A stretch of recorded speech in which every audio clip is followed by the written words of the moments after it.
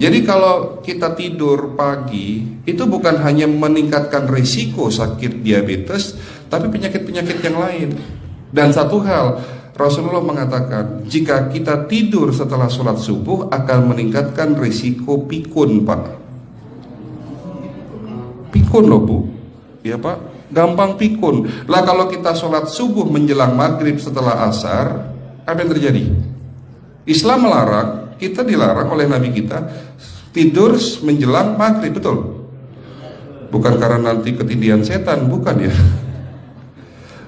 Secara medis diketahui bahwa orang yang kebiasaan tidur antara asar sampai maghrib itu akan menurunnya daya tahan tubuh. Jadi gampang sakit infeksi, Pak, kalau Bapak tidur menjelang maghrib. Kalau sekali lagi setelah sholat subuh gampang pikun, aliran darah ke otak itu tersumbat, ya, jadi stroke penyakitnya. Tapi kalau tidur setelah asar sebelum maghrib, itu daya tahan tubuh kita akan menurun. Jadi gitu ya jawabannya, Bu. Justru ini yang paling penting, materi terakhir ini 6 langkah praktis. Ya, Bapak bisa lakukan di rumah mulai hari ini. Langkah pertama, mulai hari ini jangan makan malam, Pak.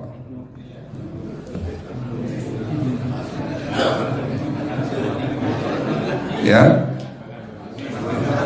ala bisa karena biasa. Memang awalnya sulit, yang sudah kebiasaan makan malam itu sulit. Alasannya nanti nggak bisa tidur, Dok, betul ya? Nanti perutnya kembung, mual dan sebagainya. Itu karena kebiasaan. Dulu pun saya begitu. Tapi kalau sekali-sekali boleh, Pak. Misalnya diundang hajatan gitu, tetangga ada yang kawinan, hajatan, ya enggak apa-apa, menghargai itu makan malam. Tapi sekali-sekali itu. Tapi kalau tiap hari ini yang enggak boleh, betul ya, Pak? Jangan makan berlebihan dan jangan makan malam. Makan sate boleh nggak, Pak? Boleh, siapa bilang nggak boleh? Sate itu, Bapak tahu daging kambing. Daging kambing, daging domba adalah makanan sehat, tidak berkolesterol. Yang kolesterol itu lemaknya, Pak. Tapi kalau Bapak makan daging murni, dagingnya tok, ya sehat, Pak. Yang nggak boleh itu santannya. Jadi makan gulai itu jangan, kalau gulai sate aja udah, ya, ataupun dibuat apalah, dibuat empal, ya. Oke, itu yang pertama. Yang kedua, tolong catat, jangan tidur larut malam, Pak. Batasan tidur jam berapa, Pak? Jam 11 paling telat harus sudah tidur. Kenapa? Apa penjelasan medisnya? Orang yang tidur di atas jam 11 akan terganggu fungsi livernya, Pak. Dimana liver kita ini fungsinya banyak. Ya, ada 500 fungsi liver loh, Pak. Fungsi jantung ada berapa, Pak? Fungsi jantung 1. Fungsi jantung tugasnya untuk mompa darah. Fungsi ginjal ada berapa? 2. Absorpsi dan filtrasi.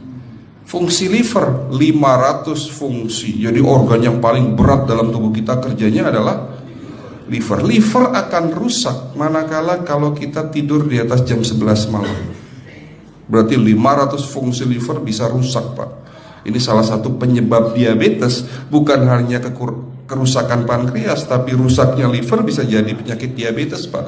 Jadi kalau sakit diabetes itu yang terganggu itu sebetulnya bukan hanya pankreasnya, livernya pun rusak, ususnya pun rusak. Makanya dalam pengobatan diabetes di klinik kami itu bukan hanya ngobatin pankreas, tapi 3 organ penting ini saya obati: usus, liver, dan pankreas. Kebanyakan kenapa?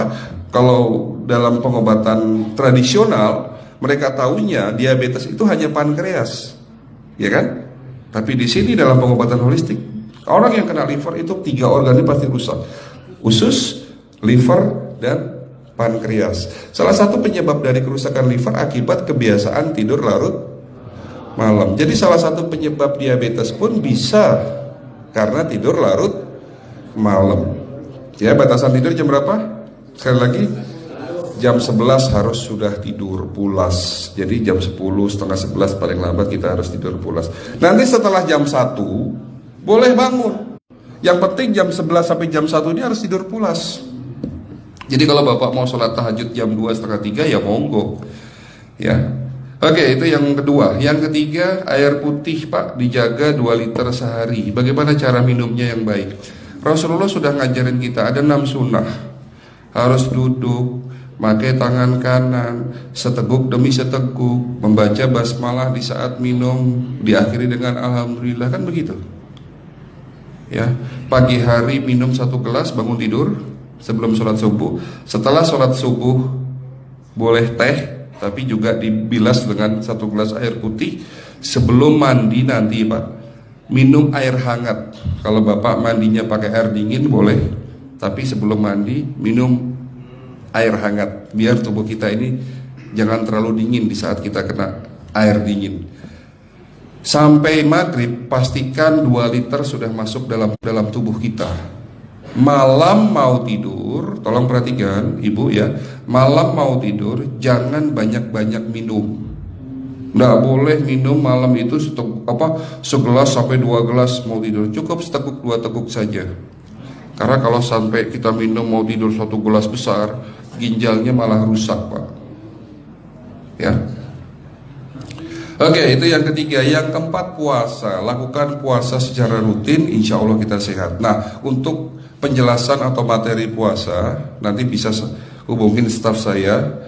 Nanti di bulan Ramadan tahun ini, kalau memang masih ada slot 1 sampai hari ke-20, saya bisa mengisi manasik kesehatan yang berkaitan dengan manfaat puasa untuk kesehatan. Insya Allah kalau memang masih ada slot waktunya, karena kita di bulan Ramadan hanya 20 hari kita mengisi manasik.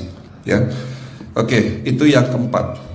Langkah keempat. Langkah 1, 2, 3, 4. Langkah kelima. Nah, sebelum saya menjawab yang kelima, saya ingin membacakan sebuah sabda Rasulullah. Rasulullah bersabda, di dalam tubuhmu ada segumpal daging.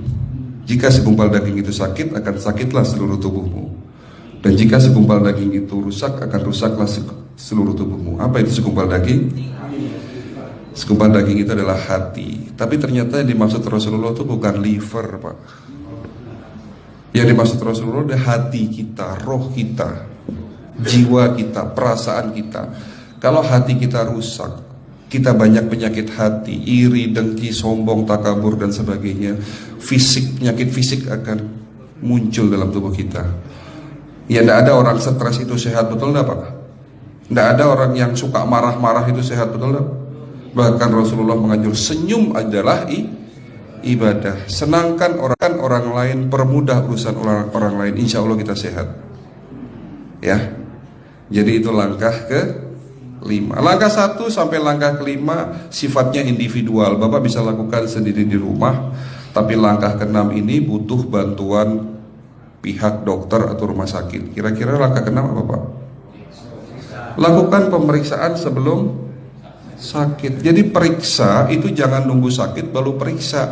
Jangan seperti kayak Bu Ustazah tadi, diajak periksa, jawabannya takut ketahuan penyakitnya. Setelah stroke baru datang ke klinik untuk minta diperiksa. Kalau sudah stroke susah nggak nyembuhinnya Pak? Kata kayak beliau nih, sudah 2 tahun tidak sembuh-sembuh karena sudah terlanjur stroke. Tapi kalau beliau melakukan general check up, mohon maaf ya Pak, kalau beliau melakukan general check up rutin, insya Allah tidak akan kena stroke, karena sebelum stroke sudah diobati dulu. Karena stroke ini bisa kita lihat dalam scanning dengan alat yang saya punya, insya Allah kelihatan ini. Oh ini sudah mulai ada tanda-tanda mau penyumbatan, buru-buru diobati. Memang takut Pak, tapi pesan saya jangan takut. Ya, lakukan pemeriksaan supaya kita tahu, supaya kita kenal. Gitu ya Pak. Jadi kira-kira di jemaah ini ada enggak yang mau saya ajak periksa kita semua? Pesan terakhir dari saya, lakukan pemeriksaan sebelum terlambat. Ini pesan saya dan pesan seluruh dokter di dunia sebetulnya. Lakukan pemeriksaan sebelum terlambat. Ya, karena dengan kita melakukan pemeriksaan kita akan kenal tubuh kita. Kalau sudah kenal kita akan sayang sama tubuh kita. Betul Pak? Ada pepatah mengatakan tidak kenal tidak sayang.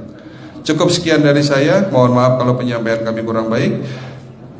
Akhirul kalam, wabillahi taufiq wal hidayah. Wassalamualaikum warahmatullahi wabarakatuh.